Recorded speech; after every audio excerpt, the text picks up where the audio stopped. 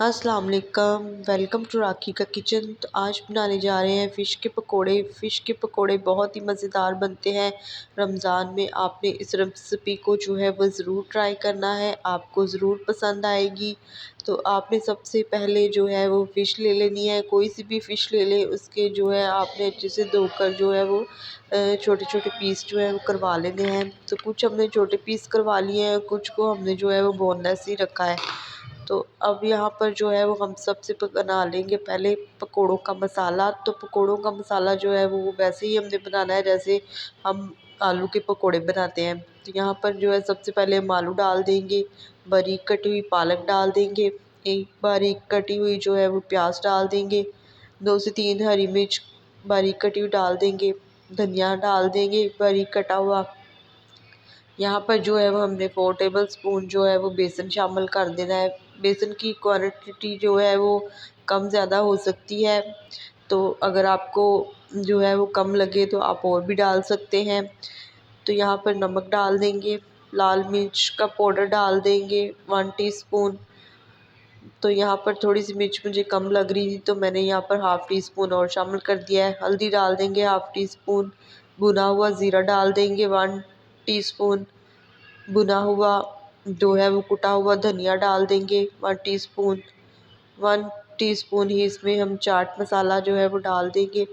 इससे बहुत ही अच्छी खुशबू और बहुत ही अच्छा फ्लेवर सा आएगा हमारे पकौड़ों में। और यहाँ पर अब पहले थोड़ा सा जो है वो पानी डालेंगे। तो पानी जो है वो हमने थोड़ा थोड़ा करके डालना है ताकि बैटर जो है वो हमारा पतला ना हो जाए। तो बैटर जो है वो हमने ना ही इतना जो है वो पतला करना है और ना ही इतना गाढ़ा करना है। तो इसकी जो कंसिस्टेंसी है वो आपने जो है वो नॉर्मल ही रखनी है। तो सबसे पहले जो है हम फ़िश को जो है वो 6-7 मिनट के लिए दोनों साइडों से जो है वो हल्का-हल्का फ्राई कर लेंगे। इससे जो है वो फ़िश जो है वो हमारी टूटेगी नहीं और इससे जो है इसके ऊपर बहुत ही एक अच्छा-सा जो है वो कलर आ जाएगा। तो फ़िश को आपने जो है वो 6-7 मिनट के लिए दोनों साइडों से हल्का-हल्का जो है ना वो फ्राई कर लेना है।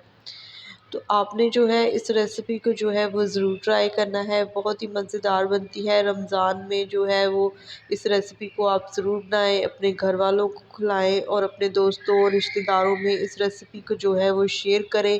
अगर आपको मेरी रेसिपी अच्छी लगे तो इसे लाइक कर दें, शेयर कर दें और हमारे चैनल को जो है वो सब्सक्राइब कर लें और बेल आइकन के बटन पर क्लिक करके ऑल पर डन कर लें ताकि मेरी वीडियो के रिलेटेड नोटिफिकेशन आपको बिल्कुल फ्री मिल सके। तब जो है ना हमने फ़िश को जो है ना वो फ्राई कर लेना है। पकौड़ों के मसाला जो है वो हम जो है मछली के ऊपर लगा लेंगे। तो इसे जो है हम डीप फ्राई करेंगे। तो एक-एक करके जो है वो हम सारे पकौड़े जो है वो डालते जाएँगे।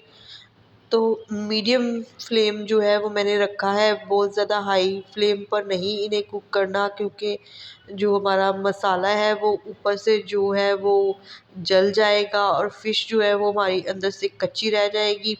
तो इसलिए आपने लो टू मीडियम फ्लेम पर जो है ना वो पकौड़ों को जो है वो फ्राई करना है। तो जब इनका कलर जो है ना वो ऊपर से अच्छा सा आ जाए तो आपने जो है वो पकोड़ों को जो है वो निकाल लेना है। तो यहाँ पर जो है वो बहुत ही क्रिस्पी से जो है वो हमारे पकोड़े जो है वो बनकर तैयार है और इनका कलर भी देखिए कितना खूबसूरत सा आ चुका है। तो यहाँ पर हम इन्हें जो है वो निकाल लेते हैं।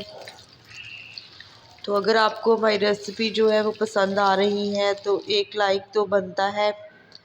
और यहाँ पर जो है वो मैंने सारे पकोड़े जो है वो निकाल लिए हैं। तो रमज़ान में जो है वो रेसिपी जो है वो बनाएं। फ़िश बहुत ही जो है वो मज़ेदार होती है और इसलिए हमारी सेहत के लिए भी बहुत ही मुफ़ीद है। तो ये देखिए जी कितना अच्छा सा कलर आ चुका है हमारे पकोड़ों का और ये अंदर तक जो है वो कुक हो चुकी है और बहुत ही ऊपर से क्रंची और क्रिस्पी बनी है। तो आप इस रेसिपी को ज़रूर ट्राई करें। मुझे इजाज़त दें, तब तक के लिए खुदा हाफ़िज़।